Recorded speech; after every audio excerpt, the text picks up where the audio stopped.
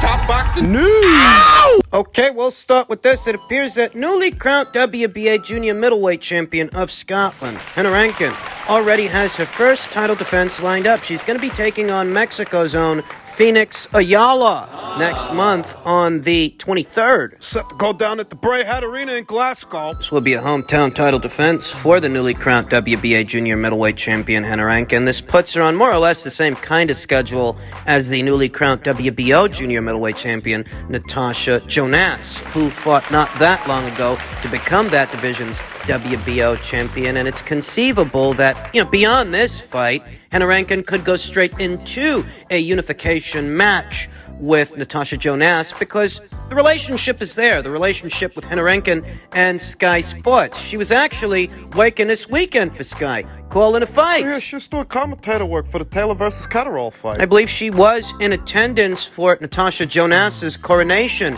as WBO champion against Chris Namitz. I believe she was in attendance for that fight as well. These are not coincidences. Evaluating Phoenix Ayala as an opponent for Hannah. Phoenix Ayala sports a professional record of 14 wins, 5 losses with 8 knockouts. Has only ever been stopped once in those 5 losses, and 19 going on 20 professional contests. She is coming off of 2 back-to-back wins, 2 consecutive victories, but those wins are over really pedestrian-level girls. 2 girls with upside-down records, losses in the double digits and more losses than victories. Phoenix Ayala is one of the more recognizable faces, one of the more recognizable fighters in today's junior middleweight division. She's fought 1 or 2 solid opponents, Marie Evdikert 2 times, and Savannah Marshall a ways back, though those are 2-3 fights that Phoenix Ayala lost. It seems that every time she's stepped up in competition, it hasn't gone her way. Will it go her way in Scotland? I wouldn't bank on it. You saw what happened to Jack Catterall this past Saturday. For Phoenix Ayala, Mexico's own Phoenix Ayala, to pry away that WBA title from Rankin,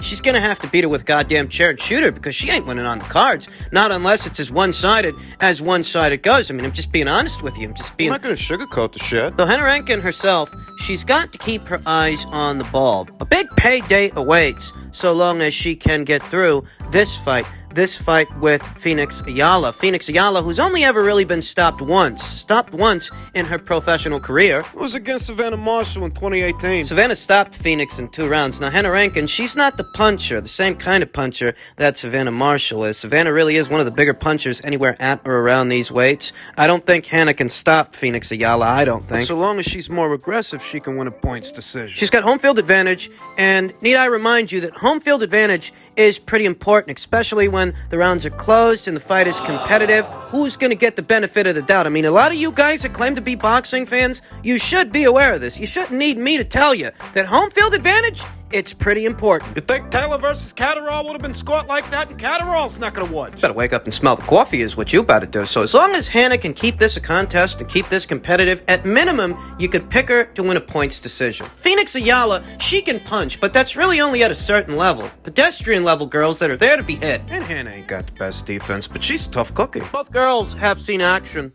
in the last 12 months. Phoenix Ayala was in action late last year in September. Rankin, she was in action a little later on in November. Thus, there's no ring rust for either fighter to have to shake off. Both fighters have seen action in the last 12 months. It's nice to see that beyond this fight, Rankin, should she make it through this fight, she will have a genuine opportunity. Opportunity for a payday. On Sky Sports, I think it's a beautiful thing what Adam Smith and Ben Shalom are doing, continuing on what they have built upon, giving these women warriors, these female boxers, a chance to fight on a big stage. And that's the chance that Hannah has, should she make it through this fight, by unifying with Natasha Jonas. I mean, it's a beautiful thing that's going on over there in the UK to where you have 3 major platforms signing female fighters, not just one. And Rankin may be afforded the opportunity to box on one of those major platforms with one of those signed fighters, Natasha Jonas, should she successfully defend the WBA and IBO titles. Let's hope she does. Let's hope we see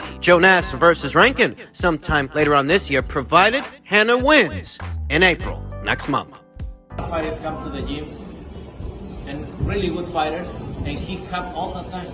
But if he saw, you come today, train 20 minutes and then go, and then you don't come 4 days or 3 days, okay, and then next day you say, hey, I come in at 12, and you come at 2, so you need to be deserves, right? Talking about Ryan Garcia, and that's not the first time that Canelo Alvarez said that in reference to Ryan Garcia. He actually said that about him before the split between Ryan and Eddie Reynoso was official. Before that split was announced and it made news, that's what Canelo Alvarez had to say about it. And if it's the way that Canelo Alvarez says it is, and I think it is, Ryan Garcia's issue isn't who's in his corner. Ryan Garcia's issue is Ryan Garcia. Seeing the first images of Ryan Garcia in training with Joe Goosen. In Ryan Garcia's version of the story, the reason that he split from Eddie is because Eddie wasn't around enough, and what Ryan wanted was a more personal approach, more time and attention from Eddie that he wasn't getting. Well, that's according to Ryan. The truth, the whole truth,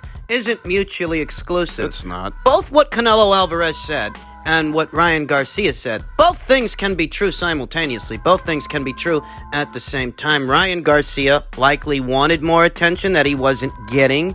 And, from where Canelo Alvarez is sitting, Well, he wasn't working hard enough because he's undisciplined. maybe it's because Eddie Reynoso wasn't around to discipline him, though not every fighter requires the same time and attention that Ryan does. Thus, he's enlisted the aid of his old buddy, Joe Goosen, who can give him a more tailor-made, personal approach. I don't think that Joe's training all that many fighters these days, so he can give Ryan what it is Ryan says he wants, what he's asking for. I think Ryan Garcia's days at lightweight are numbered. I think should he make it past Emmanuel to go in April, that might very well be his last fight in the 135-pound division. He might move up to 140 pounds after that. At 140 pounds, the reset button is about to be hit because that division's undisputed champion, Josh Taylor, he's done there. He's set to move up in weight, and when he does, all those alphabet titles are going to go vacant. I don't see Ryan Garcia fighting for a title at 135 pounds, so it might happen at 140 pounds, so long as he can keep himself in the winner's bracket. He could easily become one of the more recognizable fighters at that weight. Don't get me wrong, there's a lot of talent at 140 pounds. It's a deeper division than it's given credit for. But as far as marquee fighters, big name fighters, big There's draws, talented fighters. They're talented fighters up the wazoo. not a lot of marquee fighters, not a lot of big ticket sellers. I mean, in that division, you got Montana Love, Subriel Matias. Regis Pro Grade, Jack Catterall. This division's unofficially crowned undisputed champion. You got Gary Antoine Russell, who was in action this past weekend against former WBC champion Victor Postol, Jose Pedraza, Jose Ramirez, Arnold Barboza. Very soon, Teofimo Lopez will be making his super lightweight debut. He's going up to 140 pounds. 140 pounds with Ryan Garcia in it is a division that very soon could get a lot more attention than it's been getting. Josue Vargas, Jose Zapata. Listen, I think Ryan Garcia's a pretty little princess is what I think. I think he's a prima donna, I think he's a peacock, and I think it's all premature because this is a guy who hasn't even fought for a world title yet. He hasn't,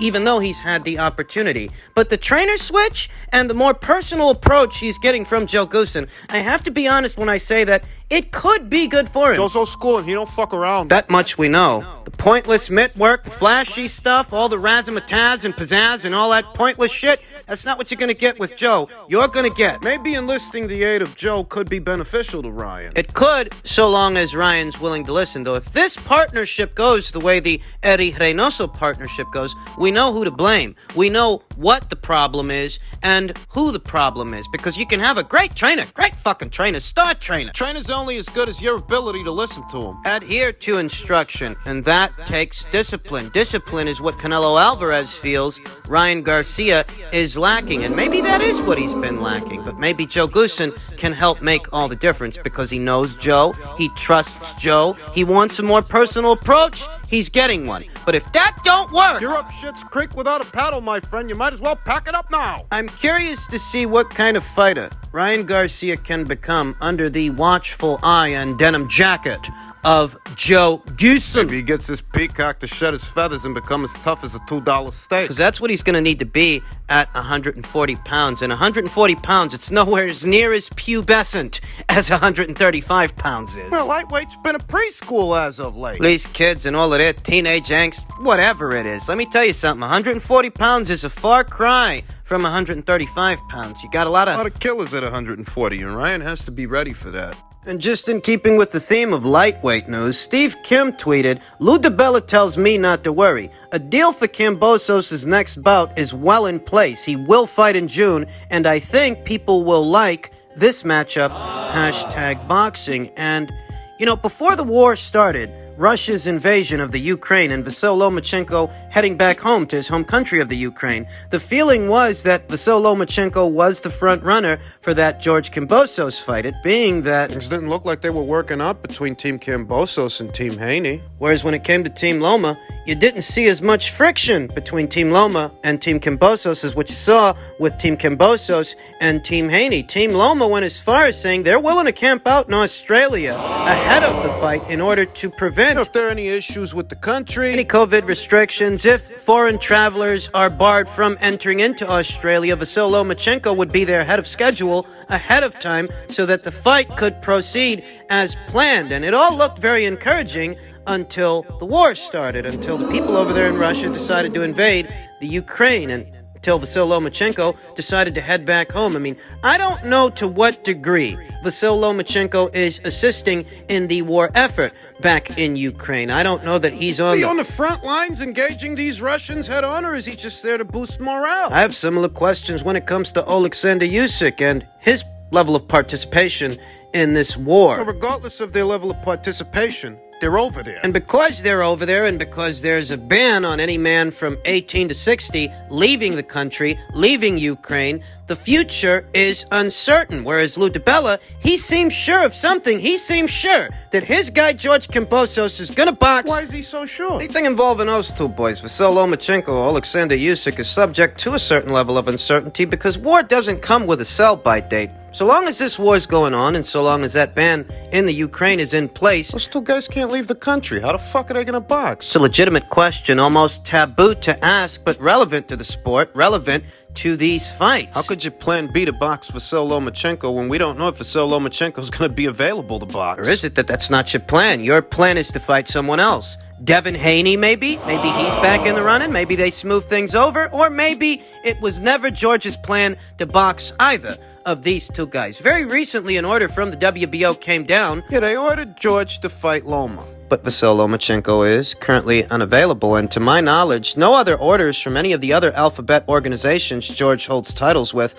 None of those other organizations have ordered him to fight anybody, so it's kind of like he's free to fight who he wants. Can't guarantee that this war will subside by June. There are no guarantees in war. There's no guarantees that that ban on any man from 18 to 60 not being allowed to leave the country. There's no guarantees that ban will be lifted in time for Vasyl Lomachenko to box George Kambosos. There's no guarantees that this war will subside in time for Vasyl Lomachenko to honor that engagement, assuming there even is one. Finally, I'm sure most of you have heard by now, Bob Arum says Dillian Whyte won't attend press conference with Fury because we wouldn't give him an upside. Well, that's what I figured. The fuck does he care how well the pay-per-view performs or doesn't perform? He's not getting extra money out of that. Bob Arum was quoted as saying, "He will not come to the press conference. We won the purse bid, which was way higher than the next biggest bid, and he's not coming to the press conference because we wouldn't give him a percentage of the upside, which you don't get in the purse bid. He told us he won't come to any press conferences except the last one." been a lot of confusion as to whether or not Dillian Whyte was obligated, contractually obligated, to attend these press conferences and help sell this fight. Fury's fans, they seem convinced that they've got Dillian by the balls and he has to come, but apparently not. They're the ones most concerned with this. I mean, seriously, they're the only ones getting upset about it. The fight is made, the venue is chosen, everything's all ironed out, and barring any unforeseen circumstances, the fight's got the green light, so you have that to be happy about and that to look forward to. But a lot of Tyson Fury's fans are stuck on the fact that Dillian Whyte's not going to help these guys sell this fight because there's nothing in it for him. Oh, you're expecting Dillian Whyte to do these guys any favors, because all the favors ain't done for him. While Dillian Whyte is a prolific trash talker who knows how to hype his fights, Arum isn't concerned about his absence because the undefeated Fury is a masterful promoter. I'd be concerned if I didn't have on the other side, on our side, the best salesman in boxing. So who's gonna listen to Dillian Whyte anyway? Tyson will exhaust everyone Tuesday. This is a little different than what we've seen from Tyson Fury. I don't doubt Tyson Fury's ability to talk some trash. He can talk some trash, but I do question as to whether or not it'll have the same effect when he's not talking to anyone in particular. That is, anyone who's actually in the room. I mean, even with Deontay Wilder in their last press conference for their last fight, even though Deontay didn't help Tyson Fury sell the fight. At least he was there, and when Tyson Fury was talking, he was actually talking to someone. But how's it go over when the guy you're talking to or talking about, he's not even in the room? It doesn't have the desired effect on the man opposite the ring. He's not actually there for you to get under his skin. He's not actually there for you to play your mind games. I mean, he's not actually in the room, physically in the room, for you to even really try to get a rise out of the guy. So does it have the same effect, Tyson Fury's trash talk, when he's not actually talking to the guy so much as talking about the guy, which is what he does all the time? And what effect does that have on Tyson Fury? No Ren to his Stimpy, no Frick to his Frack, no PB to his J. What effect does that have on Tyson Fury when He's not there? You can't affect the guy the way you want to affect the guy. Observe his reactions, observe his emotions. I mean, what effect does it have on Fury when it's basically just him and only him? Well, it's not that dissimilar from what we saw with Wilder the last time, though it's not identical either. Deontay Wilder used to be an outspoken fighter, and Tyson Fury could still feed off of his uncharacteristic silence because of what created that uncharacteristic silence. The beating that he gave him in the second fight led to him being very tight-lipped. Quiet. Ahead of the third fight. Well, it's different with Dillian because you haven't actually fought him. To tell you the truth, I'm less concerned with Dillian Whyte attending or not attending these press conferences, and I'm more concerned with the fight happening at the scheduled date, at the scheduled time. I mean, I just want to see the fight at the end of the day. I can care less about the build-up, though it does affect I mean, Dillian being at these things. I happen to think it would make the fight that much more marketable, seeing both guys in the same room, the tension between them, the rivalry. That gives you that ambiance, that decorum that sparks the imagination of the consumer. But without Dillian Whyte in the room and without that kind of build-up, is the fight as profitable? Because Bob and Frank. people over there at Top Rank in Queensbury, they've got a lot of money riding on this thing. They need it to do well, very well. If it's any consolation, Dillian Whyte says he'll attend the last press conference right before the fight. I don't know, maybe that'll create the kind of ambiance that'll sell this thing.